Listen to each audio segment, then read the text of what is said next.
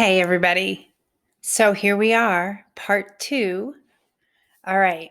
Super soldiers melt your mind. Let's get at it. I'm not even going to go through like recapping everything. The dog's probably going to bark because she just saw somebody. It's going to be like chaos here, mayhem, the whole 9 yards, unless she's really going to behave. And she just does. Yeah, she did. Good girl. All right. We are going to do this mind melt part two. Super soldiers. They are among us, and there are more. I told you there were more. You've already met Anthony, and he's part of Generation 6 of MK Ultra. Super soldiers. Okay. And as slang, they also call it My Lab. So MK Ultra My Lab built super soldiers. It's just a slang that they use that I found as I was continuing through this. So, um, this first super soldier I'm going to tell you about, his name is Michael. Now, at first, I didn't know his last name. I do know his last name now, though. It is Michael Nakamichi. Okay, Michael Nakamichi. Got it. He was born in 1990, okay, in the Pacific Northwest region of the United States, and he was born into a middle class Asian American family. Great. On the surface, he had been living a perfectly normal, uneventful life until meeting Jessica Morocco, who is in a picture I'm showing you, and that was in 2018. Now, Jessica is important to note. She's kind of like the Secretary of State for ACIO. Now, ACIO, as we talked about in the last episode, I'm not even going to go there again. You know them by now. I'll put a blip up to remind you, but that's it. We're not getting. I'm already so far into that rabbit hole. It's obnoxious at this point. Okay, so Jessica, is a psychic. She is interdimension. She is an interdimensional seer. Okay. She is an intuitive specialist. She's a former MyLab experiencer and also is deeply involved in various super soldier projects and special access programs. She also kind of, I don't want to call it like a counselor, but she definitely does help answer a lot of questions for the super soldiers who are coming into their memories. Okay, I know I discussed in the last episode that a lot of these guys don't actually have full awareness when they first realize or meet, say, Peter the Insider or Jessica. And when they start to kind of understand where their place is in all of this, it's a lot for some of them to handle. And Jessica sort of helps them navigate through and put some sense to everything that they're feeling and their memories of going with these military people from a very young age. That can be a completely overwhelming, and I'm sure probably makes you feel a little nuts because you probably think that can't be real. That can't really have happened. And she helps them to work through that. So she's very important to these guys. She's like their handler, kind of like remember if you watch James Bond, which is I'm like a junkie for it. But anyway, she's like M, she's like M. I don't know, or Q, whatever it is. No, Q is doesn't matter. He's the gadget guy. Okay. So after meeting her, they uncovered the true nature of his involvement in this secret space program. So he did the 20 and back also, right? Which I talked about again in the last episode. And I gave you a lot of links and stuff, which you can still go back and just click on those. But from his childhood, Michael was pulled into various my lab projects and was brought into the programs as a science and technology specialist. See, these guys aren't all just built to fight. They have their special gifts and their areas of specialty. So they are directed in that direction throughout their lives. Okay. Now, having worked with elite level scientists and engineers within the special access programs, Michael was positioned as a scientist and technology operator within ACIO. And he also occasionally helped Peter the Insider, who is in charge of the 12th division of the Labyrinth group, which, again, in episode 43 that I've mentioned, where it's I blow your mind, you can learn again about the Labyrinth group if you haven't already. And Michael also specialized in the altering and fixing of various broken defective timelines, which is really important, and any anomalies that pose significant risk to disrupting in any other reality bleeds. So reality bleeds, basically it's when one dimension cross. You ever heard of deja vu? That's basically what you're experiencing with deja vu, because it's not a real thing. It's you're basically at a spot in your timeline where another dimension is crossing in, it's bleeding through. So that's what, like in Matrix, when Neo's like, "Oh, that's weird. Deja vu." They all panic because they're like, "Shit, that's not supposed to happen." That's essentially the same thing. It's not supposed to happen. So Michael was also active as a Kruger runner, which I talked to you about, the parkour, acrobatics. So he is physically fit, but he's a runner in a different way. He was still doing special operations, but not as physical. Okay. To this day, Michael still works with Jessica and Peter to uncover more of his involvement in programs. So it's an ongoing process. And he also wants to break free of any unnecessary kind of junk that's in his head, and also make sure he's deciphering between what is real, what is his reality, what is his purpose. So that's great for him. Next up, we have Olaf Anderson. It's a really tough picture. Some of these pictures are just ridiculous, but he's a super soldier, SSP. That's another super soldier program, SSP, and an MK Ultra experiencer and an asset for Kruger and ACIO. Now, he was born in 1963, and he grew up mostly in Scandinavia, and he eventually developed his talents more in an artistic way. He was more, I don't know, that's where he gravitated into a more artistic way. And Olaf first made contact with Peter the Insider in 2016. And that's when they began to investigate his role in the super soldier programs.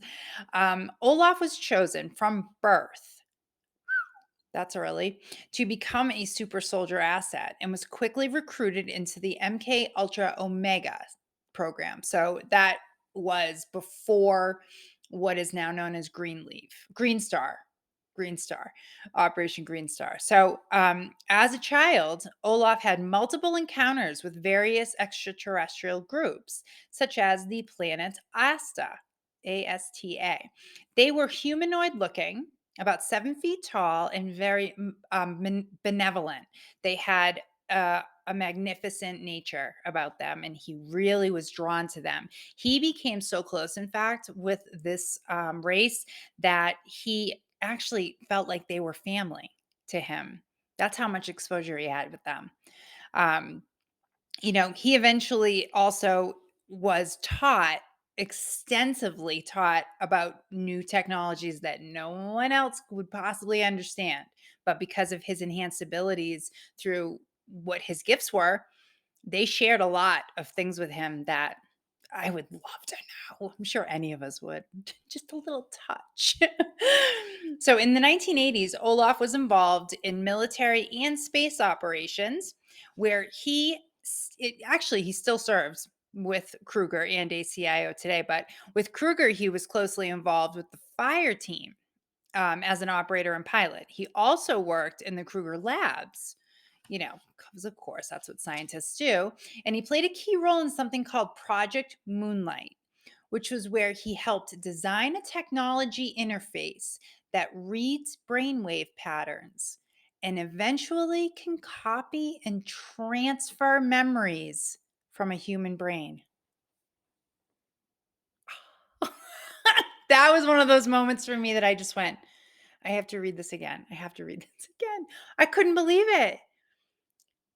Transferring your whole okay. Anyway, more recently, Olaf's role has involved the stabilizing and correction of dangerous timelines and dismantling and neutralizing Stargate portals, which are controlled, some of them, not all of them, but some of them are controlled by negative extraterrestrial groups, reptilians, but not all of them. Um, and in addition, he does time travel missions also. Pretty cool. They all do time travel, though, these super soldiers. So now, this is Tyson LeBose. He was born in 1980 in Montreal, Canada, to Haitian parents. Now, at an early age, he discovered he could use certain abilities to manifest events related to weather manipulation and energetic healing. Now, as you'll recall, Anthony said he had the ability to manipulate wind when he was specifically when he was in his MMA fighting and to help him with his punches and his agility and things like that, which jury's still out if that's considered cheating. I don't know. But from birth, he was screened for the super soldier program. It's amazing to me that these guys are screened from birth. How do they? I don't know how they know these things. Anyway, for him, it's because he had his genetic lineage was his heritage is really, really thick with genetic enhancements. Okay. He has various ET in, parts of his lineage. He's got um, the Lemurians, which I mentioned in an episode about Mount Shasta. If you want to go back and see that. Um, Also, he has Atlantean and Olmec lineage in his genetic sequence, if you will. So, Tyson had several metaphysical experiences in 2001 and in 2015 that triggered his memories. So, this is where he starts to learn about who he is and why he is what he is. And in 2022, a series of memory recalls and events led him to make contact with Jessica and Peter. As a Kruger agent, Tyson is equipped with natural enhancements that help during several assignments, such as neutralizing portals and time travel missions. Now, in the first decade of the 2000s, he started to receive unexpected downloads of information at sporadic times. Okay. Now, these events were manifesting due to his service with something called Shoreline, which was a mission where he obtained special permission to access certain energetic fields. These guys were exposed to so much stuff.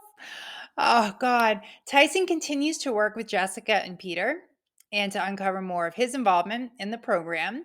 And he also remains active socially by hosting a YouTube channel called The Galactic Talk. So, see, you've met all these guys. So, you've met Anthony, you've met Michael, Olaf, and Tyson. Well, those are four that were willing to come forward and talk through their connections with ACIO. Now, this last group, these last couple of dudes I'm going to tell you about, yeah, they are part of it's like Anthony, those four super soldier guys plus these guys are part of something. They're called the Special Operations Group, and it is actually the technical name is Unit Number 374. Okay. Now, this unit was formed in another. Okay, this is a lot. It was formed in another alternate reality on Earth where the growing frequency of wide scale planetary and interplanetary conflicts fueled a large demand for elite level super soldiers to be deployed on demand. So they're essentially special forces. I mean, we know about special forces in the Army and the Green Berets and the Marines, all these stuff, US, the Navy SEALs. These guys are the unseen ones that get called in for interplanetary things. And sometimes on Earth too, though. Now, members of this unit include, obviously, like I already told you, Anthony, Olaf, Tyson, Michael, and other members of this elite unit are Peter the Insider. Now, there's also someone named Fry Willis. Okay. Fry Willis was a pilot and vehicle specialist. According to my research, ready for this? Fry was the first man Who piloted a spaceship with the ability to go faster than light? What? It's like he's Flash Gordon. And he has flown several different missions across at least 3 galaxies, people. Fry was chosen to be part of Unit 374, not only because he's among the best pilots available, but also because he's an excellent mechanic. Mm. He can repair and problem solve on the fly in nearly any circumstance on in our planet, out of our planet, anywhere. He can figure out a way to fix something. It's like MacGyver, Space MacGyver.